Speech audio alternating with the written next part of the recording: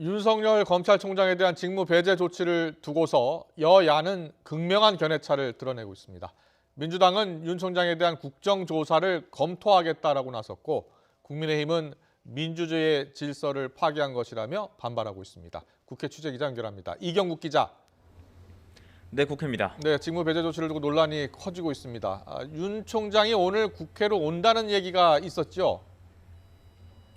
네, 그렇습니다. 어제 윤석열 검찰총장에 대한 직무 배제 조치가 발표된 이후 법제사법위원회 소속 국민의힘 의원들은 추미애 법무부 장관과 윤 총장을 불러 질의하겠다며 전체 회의 소집을 요구했습니다.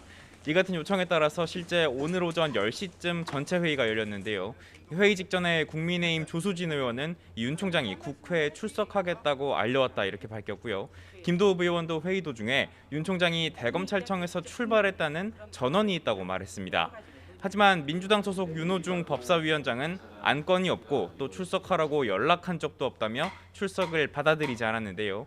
다만 긴급 현안 질의에 반대하진 않는다고 했는데 결국 여야 협의가 필요하다며 10여 분 만에 산회를 선포했습니다.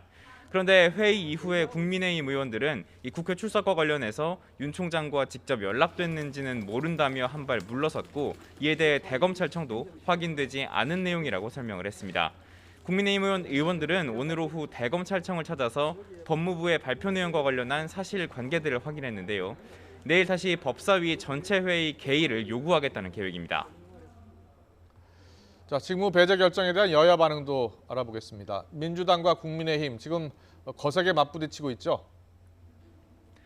네, 그렇습니다. 민주당은 어제 추미애 법무부 장관이 밝힌 윤석열 총장 비위 혐의의 심각성을 지적하면서 연일 윤 총장을 몰아붙이고 있는 상황입니다. 오늘 민주당 최고위원회의에서는 윤 총장을 상대로 국회 국정조사를 추진하는 방안을 검토해야 한다는 의견도 나왔습니다. 직접 들어보겠습니다.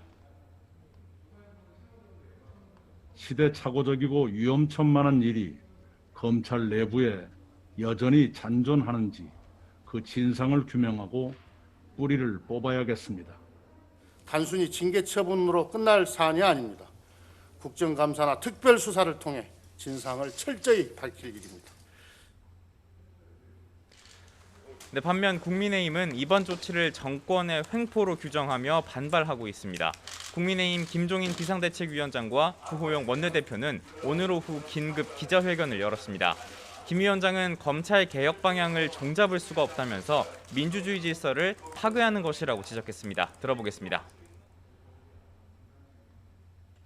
선출된 권력이 자기 권력에 대한 절제를 하지를 못하고서 기본적인 민주주의 질서를 갖다 파괴하는 모습을 보이지 않나 이렇게 됩니다. 네, 한편 주호영 원내대표는 오히려 추미애 장관을 조사해야 한다고 맞받기도 했습니다. 추미애 장관의 권한 남용과 월권, 위헌성이 충분한 사건인 만큼 추미애 법무부 장관에 대한 국정조사가 조속히 시행돼야 한다고 봅니다. 네, 지금 보신 것처럼 여야가 쉴 새 없이 강경한 입장을 쏟아내면서 대립은 더욱 격화되는 모습입니다. 그리고 오늘 공수처 출범과 관련해서 중요 일정들이 진행되고 있다고요? 네, 그렇습니다. 오늘 오후 2시부터 공수처장 후보 추천위원회의 4차 회의가 열리고 있습니다. 앞선 회의에서 결론을 내리지 못한 채 사실상 활동을 멈췄었는데 국회의장의 중재로 회의가 다시 열리게 된 겁니다. 회의 과정에서는 각 후보에 대한 논의가 진행 중인데요. 야당 측 추천위원인 이현 변호사는 아직 후보가 좁혀지진 않았다고 설명했습니다.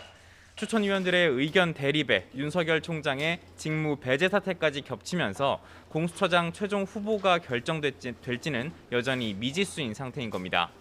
이에 따라서 민주당은 공수처법 개정을 병행한다는 방침입니다. 같은 시간인 오후 2시부터 진행 중인 법사위 법안 소위는 공수처장 추천위 의결 정족수를 바꿔서 야당의 거부권을 없애는 공수처법 개정안 등을 심사하고 있습니다.